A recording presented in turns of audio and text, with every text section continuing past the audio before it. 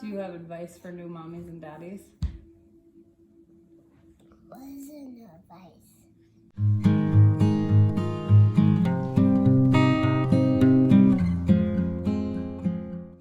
Hi everyone, welcome to Piggyback Parenting, the channel created for other parents to piggyback off of each other. I'm Brandy, I'm a mom to 2 beautiful daughters, and I'm also a daycare provider. I have heard that it takes a village to raise a child, and I really 100% believe that.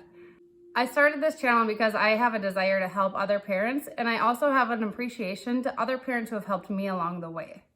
This channel is for anyone that's looking for advice for their kids, but it's also for other people that want to help other moms and dads.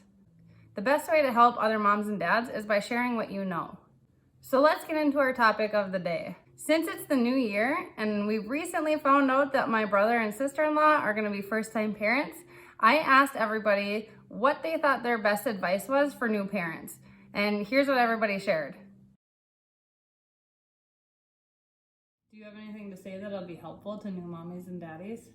They have to be nice to their daughters, and the daughters have to listen to their mommies and daddies. So you have to listen and you have to follow the rules because you're mommy and daddy. Number 1, complete your chores while the baby's awake. I love this because I think too many people will do their chores and their tasks while the baby's napping, and then what happens to your rest time? You don't have any. So you're an exhausted new parent, you're up all night, now you're trying to take care of the house, and you didn't get your rest time. And then the babies can actually sense when you are upset. So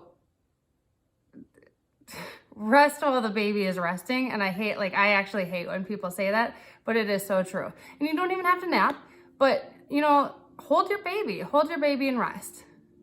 As your baby grows up, they'll watch you doing these chores, and that might actually create some independence out of your child. They'll see you doing the chores, and they'll want to do the chores too.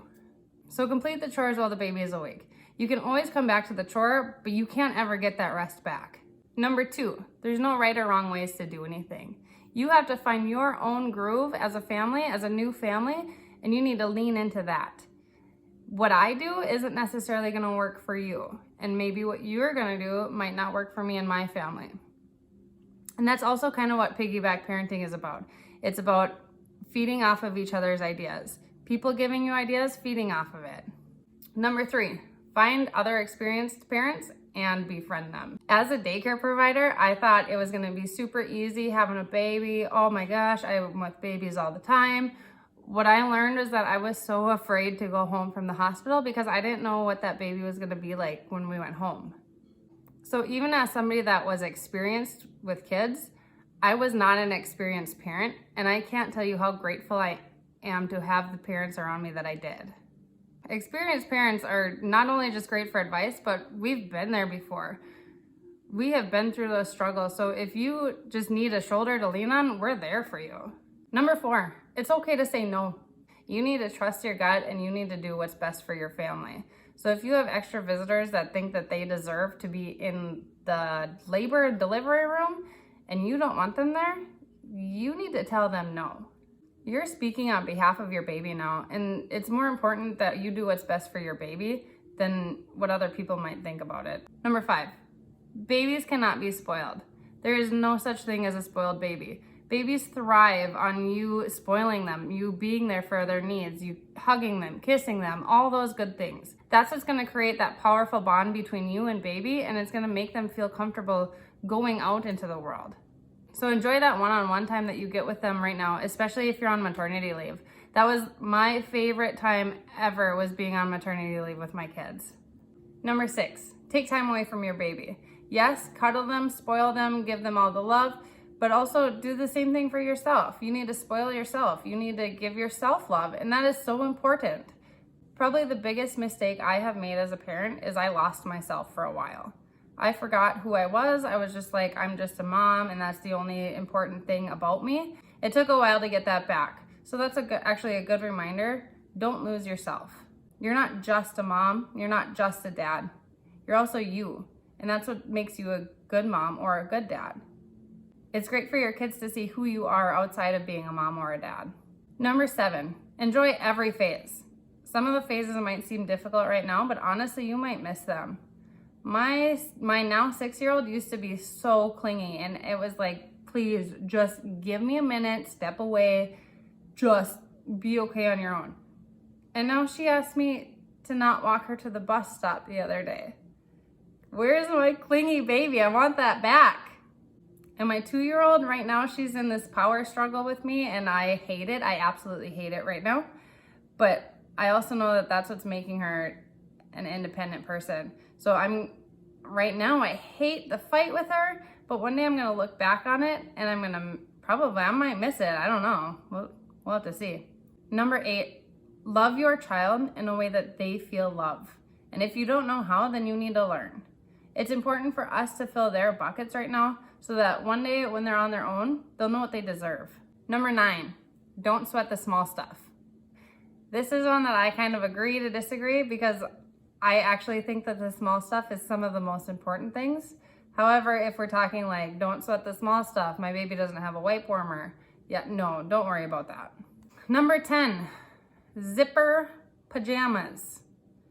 Again, agree to disagree, because sometimes I like the zipper pajamas, sometimes I don't. Home daycare provider, I actually prefer the button pajamas, because then you only gotta do every other button and it's just a lot easier to me.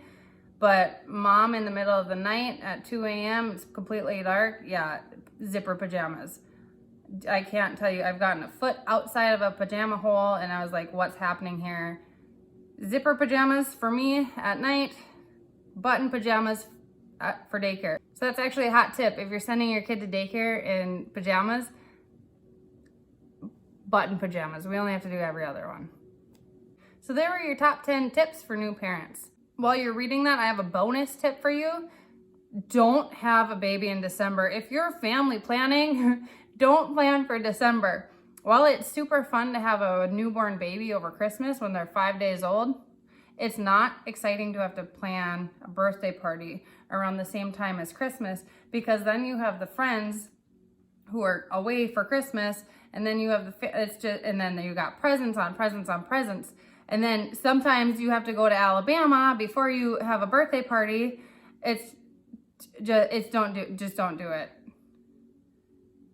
Great, exciting for you if you have a new baby around Christmas, but us experienced moms that have December babies, I just try to plan a different time. All advice is great for new parents, but what did you think was the most impactful? Or what did you agree with? Or was there something that we missed? If there's something that wasn't listed on the top 10 tips, go ahead and leave a comment. It's important that people know these things. I want to thank everyone that shared with me their advice, and I'm asking you to put your 2 cents in the piggy bank. Give us something that we can piggyback off of. If you have any questions or if you have any video ideas for me, feel free to comment, or I also have my email listed below. So if you would rather private message me, that's available for you too. Thank you so much for watching, and I hope to see you on Tuesday. Do you want to say goodbye now? But I'll meet you in someday soon. Maybe tomorrow when I get back from home. Bye. Please just say bye. Bye.